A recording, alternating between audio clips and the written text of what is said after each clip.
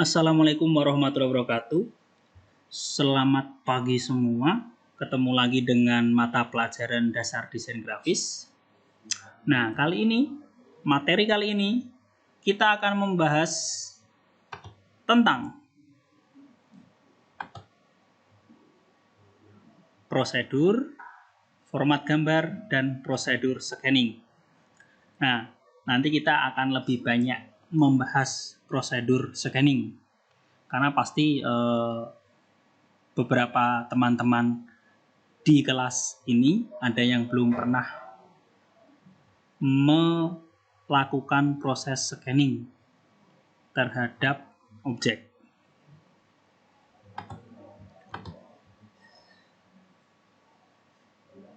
Nah, ini saya.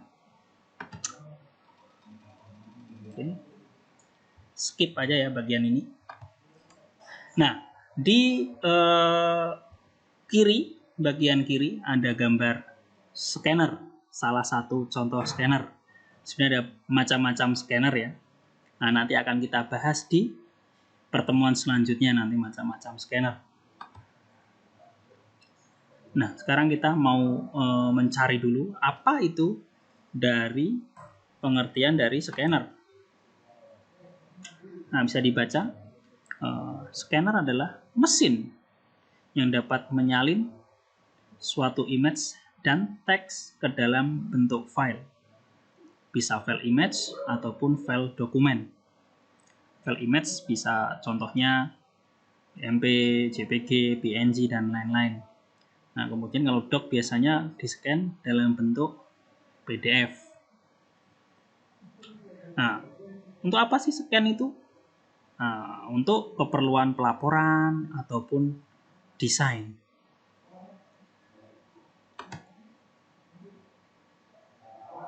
Nah, image itu dapat berupa foto, gambar, dan grafis lainnya.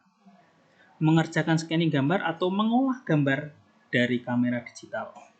Elemen grafis yang berupa gambar dapat diperoleh dengan cara memindai gambar yang sudah ada atau menyeken dan dari kamera digital untuk menghasilkan kualitas cetakan yang baik. Resolusi gambar yang cukup sangat dibutuhkan. Nah, jadi penting ya teman-teman untuk diperhatikan dalam gambar itu cari resolusi yang terbaik, yang gede, yang besar gitu ya. Apa itu resolusi? Pernah mendengar istilah pixel ya teman-teman ya? Nah, kaitannya dengan pixel. Tuh.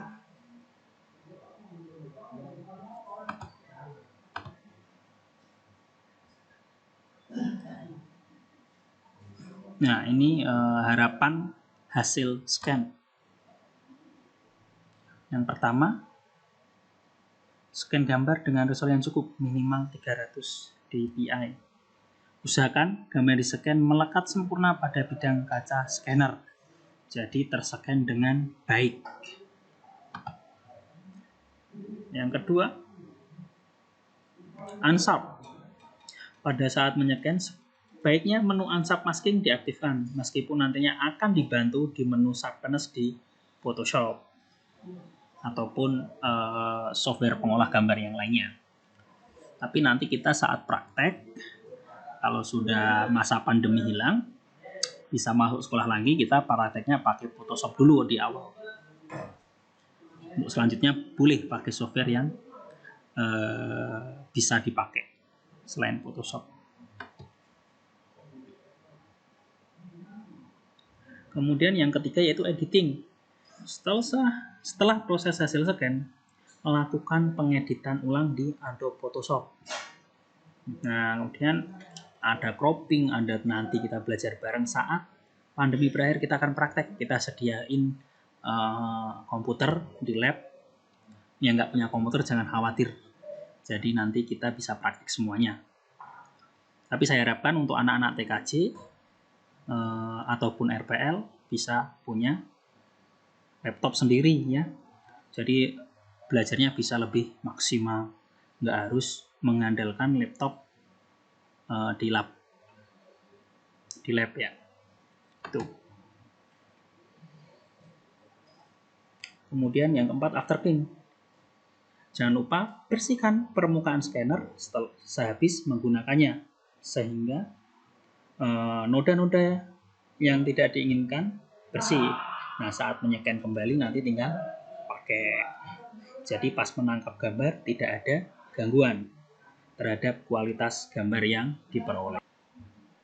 Nah, sekarang masuk ke pertanyaan nomor 1.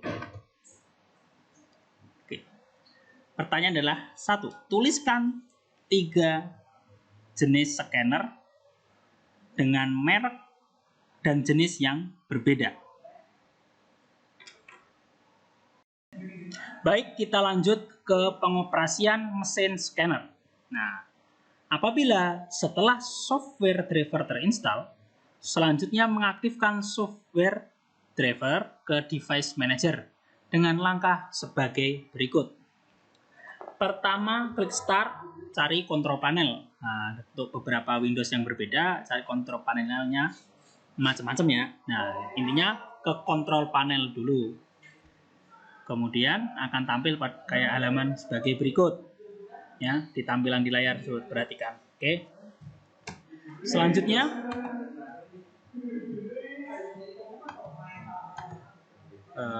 klik ikon scanner and cameras yang tadi ya, teman-teman ya. Nah, nanti akan muncul seperti tampilan di monitor.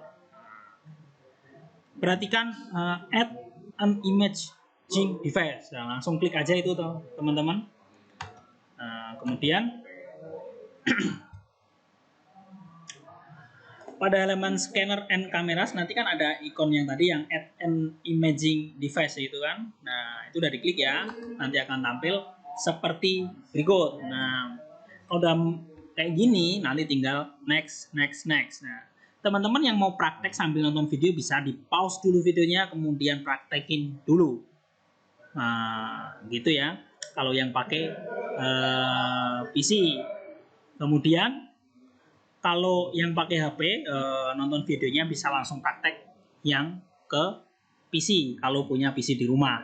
Tapi kalau nggak punya ya perhatikan dulu, hafalin dulu langkah-langkahnya seperti ini. Nah, kemudian lanjut kembali ke materi. Itu klik next. Nah, nanti akan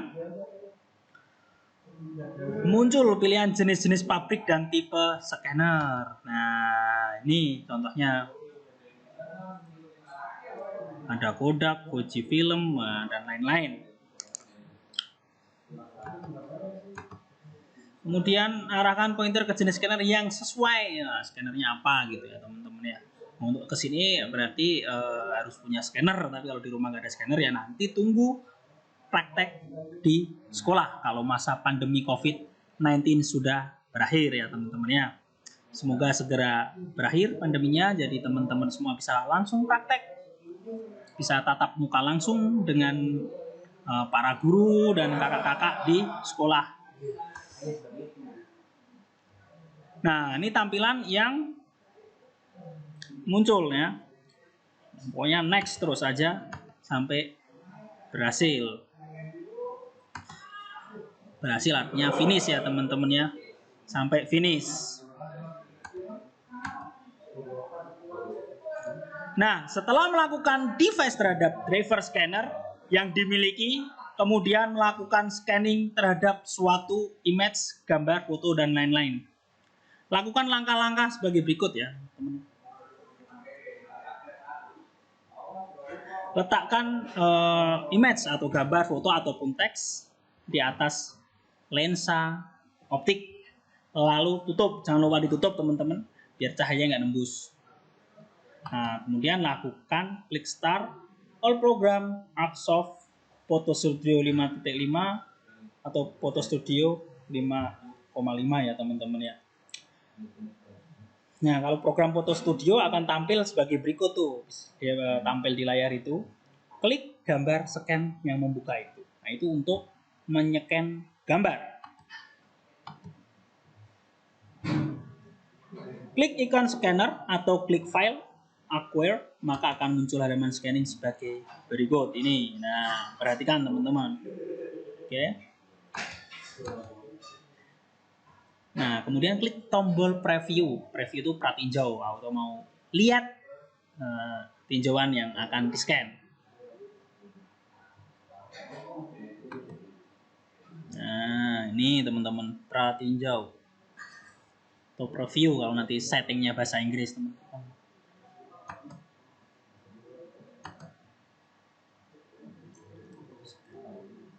Kemudian klik tombol scan ya, pindai seperti atas dan biarkan jangan diganggu atau dihentikan selama proses scanningnya tadi ya, di atas tadi ya, scan.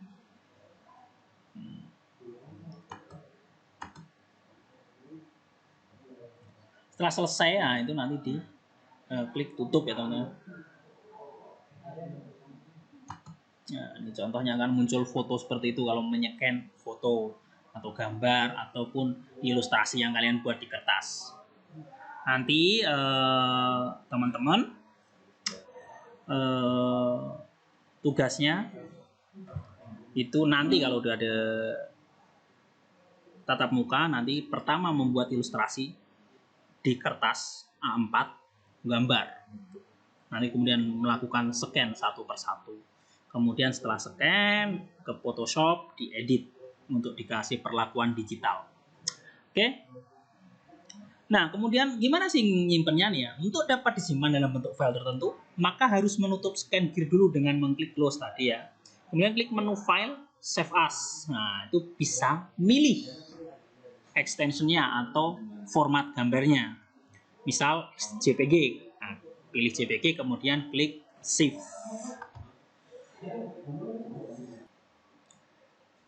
Oke, sekarang masuk ke pertanyaan nomor 2. Pertanyaan adalah, apa fungsi scanning?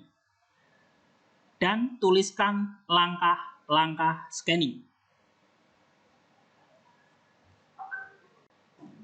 Dua pertanyaan tadi yang telah disampaikan, nanti ada soal ketiga.